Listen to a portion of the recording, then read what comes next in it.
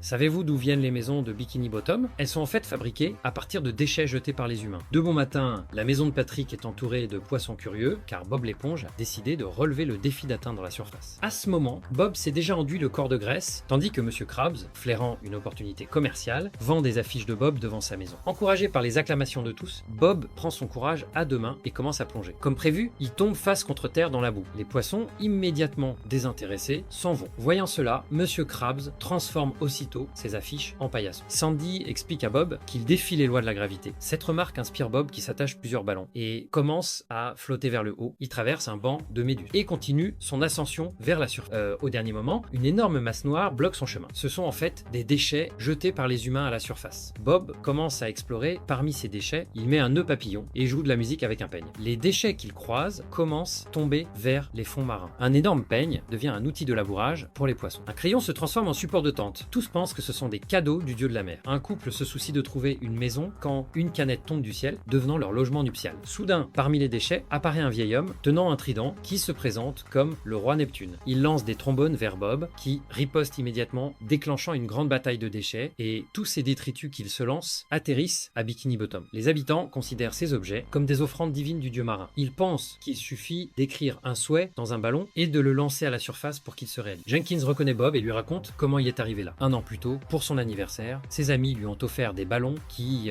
l'ont accidentellement emporté jusqu'à la surface. Bob a alors une brillante idée, construire une échelle avec les déchets pour redescendre. Les habitants, n'ayant pas reçu de cadeau depuis longtemps, pensent avoir offensé le dieu marin et s'apprêtent à sacrifier un poisson. Soudain, une échelle menant à la surface apparaît. Tous pensent que c'est une invitation du dieu marin et commencent à grimper. Pendant ce temps, Bob utilise l'échelle pour atteindre la surface, puis retourne joyeusement chez lui. Peu après, il découvre la situation sous-marine. Tout le monde le traite en héros et l'acclame. L'échelle de déchets, ne supportant pas le poids, s'effondre complètement. Jenkins émerge du tas de déchets en criant qu'il est le roi Neptune. Mais à l'instant suivant, le véritable roi Neptune descend du ciel et transforme Jenkins en poisson séché.